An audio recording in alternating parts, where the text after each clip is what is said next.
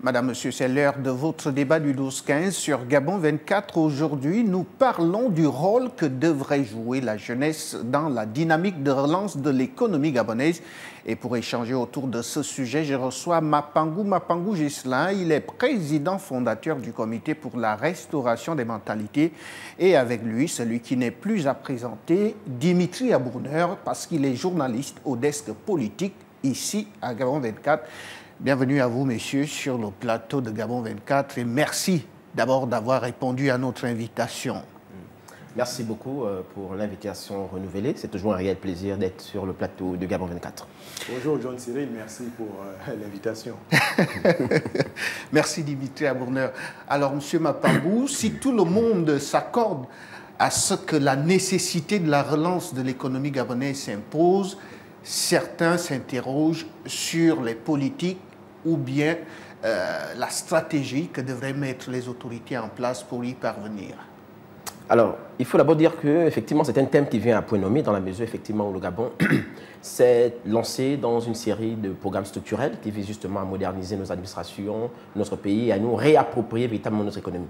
Il est important de comprendre que le sujet en réalité nous invite à nous interroger, n'est-ce pas, sur la manière dont les jeunes doivent véritablement s'impliquer pour véritablement relancer l'économie gabonaise. Mais avant de répondre à cette préoccupation, qui est une préoccupation absolument majeure, il conviendrait effectivement de retenir à juste titre d'abord que nous devrions partir d'un constat historique. Le Gabon a longtemps souffert des malformations structurelles de notre économie.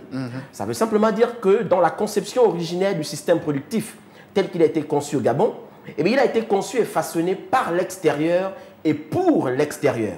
Ça veut simplement dire que l'objectif principal de l'ancienne métropole était simplement de faire ou de transformer l'économie gabonaise en un espace de supermarché, sans le moindre souci de l'aider véritablement à grimper l'échelle vertueuse de la croissance par la production et la transformation des matières premières. Si vous voulez simplement, il était question pour l'ancienne métropole de faire du Gabon un véritable déversoir économique dans lequel les pays de l'Union européenne, le fameux partenariat ACP, l'Afrique, Caraïbes et Pacifique, et l'Union européenne, venaient déverser les produits manufacturés qui émanaient de l'industrie du Nord et faire également de l'espace Gabon un réservoir économique dans lequel on venait puiser les matières premières qui servaient donc à alimenter l'industrie du Nord. Vous comprenez que depuis l'arrivée des nouvelles autorités, il y a une série de mesures structurelles qui visent justement donc à transformer, c'est-à-dire à changer de modèle économique, qui était un modèle basé sur l'exploitation primaire de rente. Et aujourd'hui, on tend beaucoup plus vers une économie de transformation et de production nationale. Alors, Dimitri Abourneur, vous êtes un observateur de la vie politique au Gabon. Monsieur Mapangou vient de nous démontrer à suffisance, sur la base de son argumentaire, que le Gabon a très longtemps été considéré comme une colonie d'exploitation. Aujourd'hui, avec les mesures qui sont mises sur la table par les autorités, aujourd'hui, on se rend compte que la part de la jeunesse, c'est 70% de la population gabonaise. Donc, quand on parle du rôle que cette partie importante de la population devrait jouer sur la relance de l'économie, là, on met le doigt là où il faut. On met le doigt là où il faut, John Cyril, et vous avez parfaitement raison, parce que je voudrais revenir un tout petit peu sur quelques éléments définitionnels lorsqu'on parle effectivement de relance de l'économie, John Cyril. En réalité, la relance de l'économie intervient à la suite de certaines grandes crises, par exemple la crise financière de 2008 ou encore à la suite de la crise de la Covid-19. Lorsqu'il y a ces grandes crises financières, les États mettent en place de programmes de relance de l'économie. Et on a vu un tout petit peu les séquelles laissées par la Covid-19 où beaucoup d'opérateurs économiques en ont fait les frais. On était là dans un contexte 2020. Depuis, effectivement, le contexte politique a changé au Gabon, mais on le voit bien, pour permettre donc à l'État de trouver des niches de création d'emplois et permettre donc d'absorber la question du chômage de masse, eh bien, l'État a pris le soin de mettre en place un certain nombre donc, de programmes structurels pour arriver à renforcer l'économie. Et John Cyril, vous le disiez à point nommé, 70% de la population gabonaise est jeune. Et d'ailleurs, pour emprunter les mots du président de la République dans l'interview qu'il a donnée à l'Union et qui est parue dès hier, il rappelait également que, bien sûr, les chiffres de la Banque mondiale doivent pouvoir être actualisés, mais encore une fois, le journaliste de l'Union qui évoquait les chiffres comme 30 à 40% du chômage des jeunes, à peu près 70%, une dette estimée à 70% du PIB. Depuis l'arrivée des nouvelles autorités, on a bien vu qu'il y a un effort important qui a été fait dans la lutte contre le chômage. On a vu l'intégration de près de 25 000 agents au sein de la fonction publique. On a vu la mise en place de la banque pour le commerce et l'entrepreneuriat. Ce sont effectivement des politiques publiques qui ont été mises en œuvre pour essayer de résorber ce chômage, pour essayer de créer de la richesse et effectivement atteindre une croissance économique beaucoup plus viable. On le sait, l'ambition du gouvernement gabonais aujourd'hui est d'atteindre une croissance à deux chiffres. On parle de 10% de taux de croissance. C'est certainement à moyen long terme, bien entendu. Et pour ce faire, oui, mon interlocuteur à côté évoquait effectivement la stratégie qui a été le plan de transformation sur le plan local de nos matières premières qui a été envisagé par le gouvernement et qui se met petit à petit en œuvre. John Cyril, vous avez raison de dire que la jeunesse ne peut pas être en marge de ce type de politique publique. Donc là, on est véritablement face à deux enjeux importants. Il y a ces grandes mesures qui ont été prises pour transformer sur le plan local nos matières premières, pour créer davantage de la richesse et pouvoir donc embaucher de plus en plus de jeunes. Mais il y a également des mesures qui sont incitatives à la création d'entreprises. Seulement que l'industrialisation du Gabon ne permet pas encore tout simplement d'encadrer, sinon d'avaler les 30 ou les 40% de chômage en milieu jeune. Monsieur Mapangou, quels sont les secteurs porteurs de l'économie gabonaise vers lesquels ces jeunes devraient justement s'orienter ? Alors, effectivement, avant de parler donc des secteurs porteurs de croissance pour notre économie, il convient effectivement, n'est-ce pas, de mettre en évidence toutes les mesures de politique économique qui ont été initiées et menées par les nouvelles autorités. Alors, il faut déjà dire que la première mesure, qui est une mesure absolument salvatrice, est celle, n'est-ce pas, relative donc à l'interdiction d'exporter le manganèse brut à l'horizon 2029. Vous voyez? Donc, c'est une mesure absolument salvatrice parce qu'en réalité, elle aura trois grandes retombées majeures. La première, c'est qu'elle va permettre d'accroître, n'est-ce pas, la valeur ajoutée sur l'échiquier national. Elle va également permettre, n'est-ce pas, de créer des emplois directs et indirects parce que ce sont des industries qui vont s'implanter au Gabon, donc ils vont créer suffisamment de valeur ajoutée. Et enfin, écoutez, vous savez, lorsqu'une entreprise s'implante, ça participe justement à l'accroissement, n'est-ce pas, des revenus de l'État, c'est-à-dire en termes de prélèvements obligatoires, les impôts, les taxes, n'est-ce pas, et les cotisations sociales. Donc, voici globalement, n'est-ce pas, la première mesure. Ensuite, il y a effectivement la mesure qui est d'ailleurs récente, c'est de promouvoir justement la souveraineté économique nationale. Alors, cette mesure-là, elle est très importante parce que non seulement elle va permettre d'assainir, si vous voulez, le secteur informel dans notre pays. Parce qu'il faut le dire, le secteur informel au Gabon, c'est 400 milliards qui échappent au contrôle de l'État. Vous voyez, donc à l'administration fiscale. Et donc, nous pensons que c'est une véritable mesure qui vise non seulement à assainir le secteur informel, mais également à promouvoir justement de réelles opportunités pour les jeunes Gabonais à s'intéresser à ces activités génératrices de revenus, aux activités commerciales de proximité, à la coiffure, à l'esthétique, aux cosmétiques, etc. À toutes ces activités de proximité qui vont permettre à ces jeunes. Alors, il est important de souligner qu'ici, il s'agissait d'encadrer justement toutes les pratiques ou toutes les activités commerciales qui s'exerçaient uniquement dans le secteur informel. Donc nullement le gouvernement n'a interdit, n'est-ce pas, nos frères et la majorité venue de l'Afrique de l'Ouest, d'accord, de ne plus exercer ces activités-là, mais dans le cadre formel. Ça veut dire que désormais, ils doivent simplement exercer des activités dont et posséder un agrément technique, n'est-ce pas, être enregistrés à l'ANPI, à l'Agence nationale de la promotion des investissements, et être reconnus comme des entreprises de droit qui exercent au Gabon.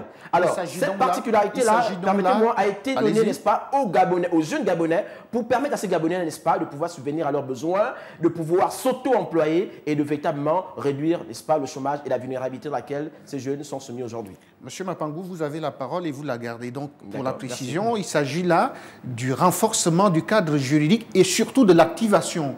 Parce que si on parle de la préférence nationale ou si on parle de l'exclusivité nationale, il y a un cadre juridique qui le prévoit.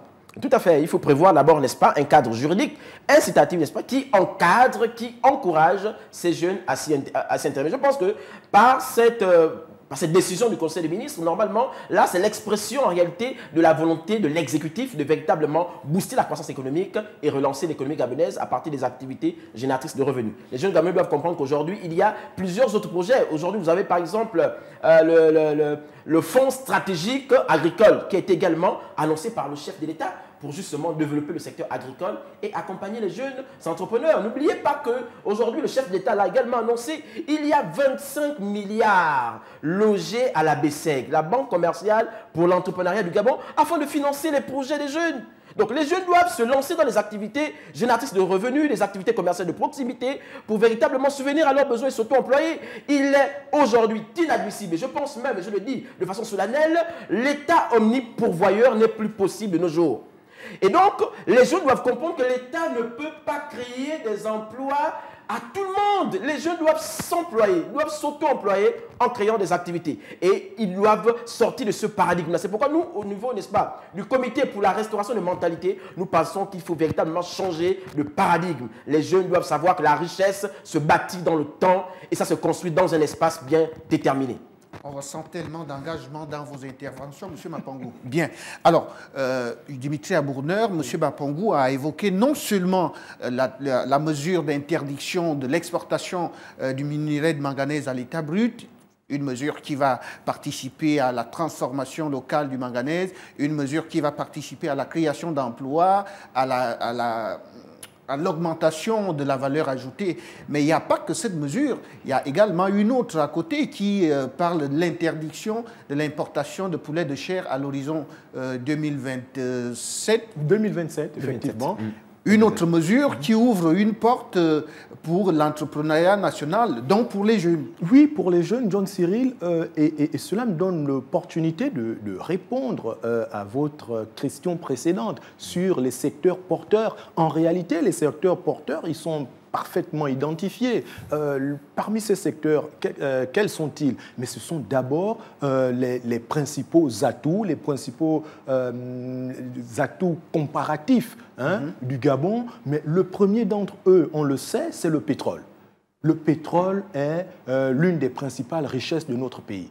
Et qu'est-ce qu'on a vu? Eh bien, on a vu un État qui a fait le choix de racheter le deuxième producteur de pétrole, qu'est Assala, pour favoriser l'emploi des Gabonais dans un secteur où les Gabonais ont souvent souffert de la question de la sous-traitance. Donc, l'un des secteurs les plus juteux de notre pays, mais où les Gabonais sont en réalité exploités, voire surexploités. C'est une injustice à laquelle le président a voulu mettre un terme en faisant le choix donc, de racheter Assala Énergie et favoriser donc des emplois décents au sein d'Assala. Mais ça ne s'arrête pas là parce qu'en réalité, il y a toute une chaîne de valeur qui doit pouvoir se mettre en place et autour, et dans ce secteur d'ailleurs, des jeunes entrepreneurs peuvent également offrir des services et pouvoir créer de la richesse. À côté du pétrole, vous l'avez évoqué, il y a le manganèse. Oui, le manganèse qui est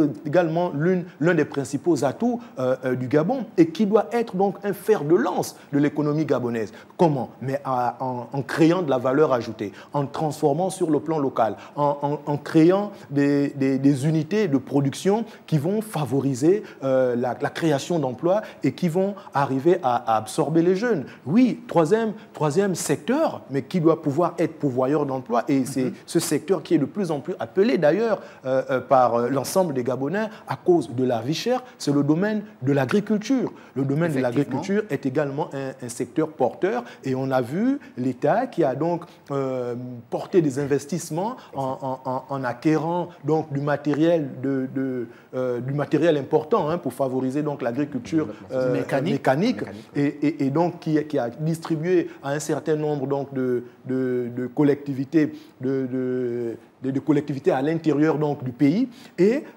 enfin, il y a le secteur tertiaire. Aujourd'hui, le numérique est un secteur qui est pourvoyeur d'emplois et qui permet également aux jeunes de pouvoir se lancer. Bon, en réalité, l'État vient simplement renforcer des secteurs qui sont embryonnaires, mais dans lesquels il y a déjà une sorte de bouillonnement où des Gabonais s'illustrent de fort belle manière, se lancent, mais ce n'est pas encore suffisant. Il y a déjà quelques-uns qui sont dans ces secteurs-là. Et d'ailleurs, lorsqu'on échange avec certains entrepreneurs, beaucoup d'entre eux estiment que l'État devrait mettre l'accent sur ceux qui sont déjà implantés dans ces secteurs-là. Il y a des intelligences, il y a des génies, il y a des Gabonais qui sont lancés dans ces différents secteurs. Ce sont ces principaux acteurs qui sont donc, où on devrait mettre l'accent, les accompagner véritablement avant de songer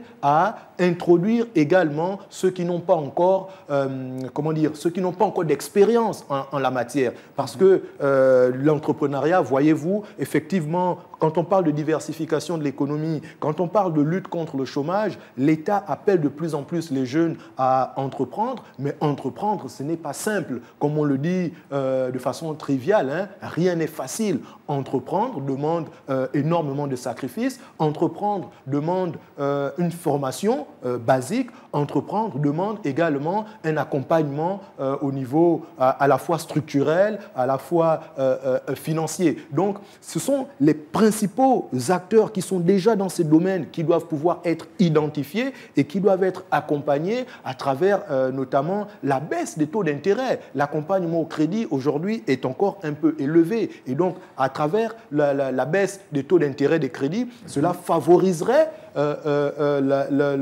la croissance de ces acteurs-là et qui créerait davantage de la richesse et emploierait davantage de jeunes. C'est ce qui amène à se dire que pour ceux qui sont au chômage et qui devraient se lancer, vous le savez que la question de la formation est essentielle. Exactement. Elle est essentielle pour permettre aussi à ces jeunes-là d'être suffisamment outillés et éviter parfois des échecs lorsqu'on se lance parce que, voyez-vous, l'entrepreneuriat demande un certain nombre d'investissements et par le passé, on a souvent connu des initiatives qui incitaient à l'entrepreneuriat et parfois cela a été des échecs.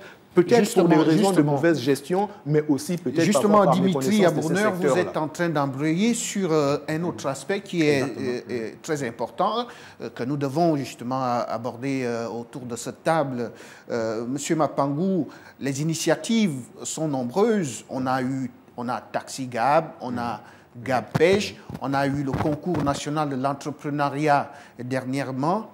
Vous qui êtes justement le président fondateur du comité pour la restauration des mentalités, est-ce que le Crédit Capital est investi justement par ces jeunes-là? Est-ce qu'on peut leur faire confiance? Parce que Dimitri Abourneur disait tout à l'heure qu'il y a déjà eu beaucoup d'initiatives prises par l'État en faveur de la jeunesse. Est-ce que ces jeunes sont au rendez-vous aujourd'hui à travers de bonnes mentalités justement? Alors, vous savez, c'est un défi que nous allons essayer ensemble avec toutes les forces vives de la nation à pouvoir relever le changement de mentalité qui est le changement de paradigme. Donc nous passons effectivement d'une mentalité dite mentalité rétrograde, n'est-ce pas, une mentalité dite mentalité responsable, n'est-ce pas, et citoyenne, qui voudrait justement qu'on ait des Gabonais responsables qui assument pleinement leurs responsabilités au niveau économique et social. Alors, il faut clairement dire qu'en réalité, parmi les secteurs stratégiques dans lesquels, n'est-ce pas, pourraient investir, n'est-ce pas, ces jeunes, ou pourraient se lancer tous ces jeunes Gabonais, eh bien, il y a effectivement le secteur agricole, puisque je disais au départ qu'il y a le fonds stratégique agricole qui a été mis en place par la plus haute autorité du pays pour accompagner les jeunes Gabonais dans le secteur agricole. Ouais, aujourd'hui, je pense que véritablement, si les Gabonais se lancent dans ce secteur d'activité-là, on pourrait effectivement atteindre l'autosuffisance alimentaire qui est un véritable objectif national, puisque aujourd'hui encore, on est alimenté par l'extérieur. Il est important aujourd'hui, n'est-ce pas, de repenser notre économie pour qu'on produise de manière locale et nous allons consommer des produits locaux. Alors, je dirais également qu'il y a aussi le secteur touristique à ne pas négliger. Vous savez, moi j'ai eu la grâce, n'est-ce pas, de faire des études au Royaume du Maroc, et le secteur touristique, ça dit dans la formation du produit intérieur brut, vous allez voir la part du secteur touristique qui est assez importante. Comparé à notre pays, malheureusement, le secteur touristique n'est pas développé chez nous du tout. Alors que nous avons véritablement des sites historiques dans notre pays, archéologiques, et c'est là qu'on peut visiter, qu'on pourrait visiter. Il y a le mont Ibunji, etc. Donc tous ces sites-là doivent être valorisés pour que véritablement ces jeunes-là s'y intéressent davantage. Ne pas aussi oublier, n'est-ce pas, le secteur des technologies de l'information et de la communication. Les jeunes doivent s'intéresser, n'est-ce pas, à la data science, n'est-ce pas, à l'analyse et à l'interprétation aussi des données numériques. Justement, M. Mapangou, Dimitri l'a évoqué tout à l'heure, le secteur tertiaire. J'insiste un tout petit peu là-dessus. Vous êtes le président fondateur du comité pour la restauration des mentalités dans le cadre de vos activités. Est-ce que les jeunes, vous les rencontrez? Est-ce qu'ils viennent à vous pour demander un accompagnement? Parce qu'on parle d'entrepreneuriat aujourd'hui. Il faut une culture entrepreneuriale. Est-ce que les jeunes que vous accompagnez au quotidien présentent des difficultés dans ce sens? Oui, je vous assure qu'il y a d'énormes difficultés, n'est-ce pas, auxquelles font face aujourd'hui, n'est-ce pas, les jeunes que nous encadrons et que nous accompagnons. En fait, le véritable problème de ces jeunes-là, n'est-ce pas, réside dans l'accompagnement de l'État, mais aussi dans la mise en place des incubateurs, parce qu'un incubateur a pour fonction principale d'accompagner ces jeunes qui veulent se lancer dans l'initiative privée. Et il y a également, n'est-ce pas, le problème de mentorat et surtout, et ça je le dis, des champions nationaux. Nous n'avons pas de modèle économique de réussite des jeunes qui ont véritablement réussi dans l'entrepreneuriat au Gabon. Vous voyez qu'aujourd'hui, on s'inspire toujours des modèles, si vous voulez, du modèle occidental, du modèle chinois, pourquoi? Parce que simplement, nous n'avons pas. Et donc, il faut véritablement promouvoir les champions nationaux pour qu'on ait des modèles de réussite sur l'échiquier national, ce qui va justement encourager ces jeunes donc à véritablement se lancer dans l'entrepreneuriat et puis à créer des entreprises. Alors Dimitri Abourneur, vous êtes du desk politique. On ne saurait clore cet entretien sans faire un clin d'œil sur une thématique qui vous est chère, c'est la décentralisation. Aujourd'hui, lorsqu'on parle de la part des jeunes, sinon de l'apport des jeunes dans la dynamique de la relance de l'économie gabonaise, il ne s'agit seulement pas des jeunes du Grand Libreville, il s'agit également des jeunes de l'Interland. Comment est-ce que le processus de décentralisation en cours pourrait faire en sorte que la participation des jeunes soit au niveau national? Alors, John Cyril, effectivement, vous l'avez dit, c'est la grande question, hein, parce que de plus en plus de jeunes partent de l'intérieur du pays pour se retrouver à Libreville, la capitale, à la recherche de l'emploi. On estime qu'il y a un peu plus de dynamisme à la capitale et que peut-être il y aurait plus d'opportunités. Et donc, aujourd'hui, il est question de pouvoir faire le chemin inverse à travers, vous l'avez dit, la décentralisation. L'État peut responsabiliser davantage les collectivités locales pour initier des projets, porteurs et qui favoriseraient donc l'octroi des marchés à des entreprises locales et qui permettraient donc la création de richesses et la création d'emplois. C'est ce qu'on a vu à l'occasion des 7 milliards qui avaient été remis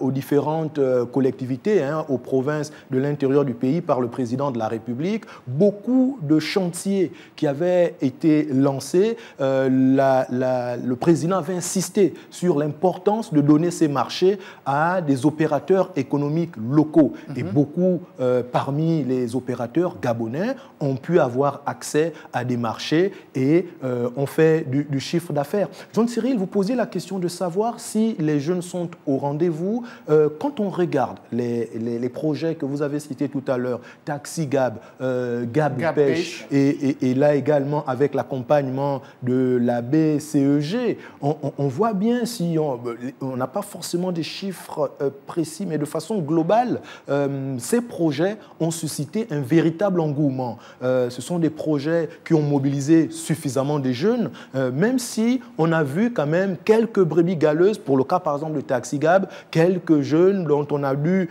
finalement retirer les taxis pour des comportements qui ne correspondaient pas à ce qui était attendu d'eux, mais de façon globale, on peut le dire sans risque de se tromper qu'il s'agit de francs succès. Prenez encore un chiffre, le concours national de l'entrepreneuriat, il y a eu un peu moins de 2000 candidats. Donc, voyez-vous, à peu près moins de 2000 candidats, de jeunes Gabonais qui se mobilisent pour aller porter des idées, pour rechercher des financements à l'entrepreneuriat, c'est la preuve que véritablement les Gabonais ont compris l'intérêt de se tourner vers ce domaine pour pouvoir donc s'en sortir. Ce n'est pas une fin en soi que de croire que si on met en place uniquement les politiques de l'emploi, on va totalement éradiquer le chômage, mais ça reste l'un des secteurs, ça reste la voie royale finalement pour pouvoir donc lutter contre cette question du chômage. Parce que, encore une fois, on l'a dit, l'administration publique est de plus en plus saturée et donc les politiques éducatives et de formation doivent pouvoir se tourner également vers ces différents secteurs. Alors, Monsieur Mapangou, pour conclure justement cette émission, dans quelle mesure est-ce que le développement harmonieux du Gabon, à travers la décentralisation et la déconcentration, pourrait permettre aux jeunes Gabonais de mieux répondre aux défis de la relance économique? Alors, en guise de conclusion, je dirais que la relance de l'économie gabonaise par sa jeunesse n'est plus qu'une simple possibilité aujourd'hui, mais une véritable nécessité. Cela requiert donc véritablement des réformes structurelles, un accompagnement de l'État, comme on le voit aujourd'hui avec les différents projets qui sont initiés, un jeune, un emploi, un jeune, un taxi, etc. Donc tous ces projets-là. Mais également, il convient effectivement de retenir que l'État doit investir dans les métiers d'avenir pour assurer l'employabilité des jeunes à long terme. Merci à vous, M. Mapangou. Mapangou Ghislain, je rappelle que vous êtes le président fondateur du Comité pour la restauration des mentalités. Merci, une fois de plus, d'être passé sur le plateau de Gabon 24. Un plaisir d'être ici avec vous. À vous aussi, Dimitri. John Cyril, avant qu'on se quitte, quand même un petit mot. On ne l'a pas souligné, mais je ne sais pas si vous avez pris le soin d'observer le challenge qui se passe aujourd'hui sur les réseaux sociaux. Ces Gabonais qui ont fait le choix de faire la promotion des activités gabonaises et voir comment les Gabonais se lancent dans le commerce. On voit bien hein, que les Gabonais, ça bouge, c'est dynamique et qu'il y a beaucoup d'activités. C'est particulièrement impressionnant de voir à quel point les Gabonais se lancent dans de petites activités qui génèrent des revenus. Et surtout, pour lutter contre la vie chère, beaucoup de Gabonais s'inscrivent dans le domaine donc, de la restauration, dans le domaine de l'agriculture et d'autres petits services qui sont très intéressants à regarder aussi pour la banque, pour le commerce et l'entrepreneuriat et qui peuvent les accompagner de manière à ce que les coûts baissent de plus en plus. Merci Dimitri Abourneur. Merci à vous aussi, Madame, Monsieur, de nous avoir regardé. Les programmes restent en continu sur Gabon 24.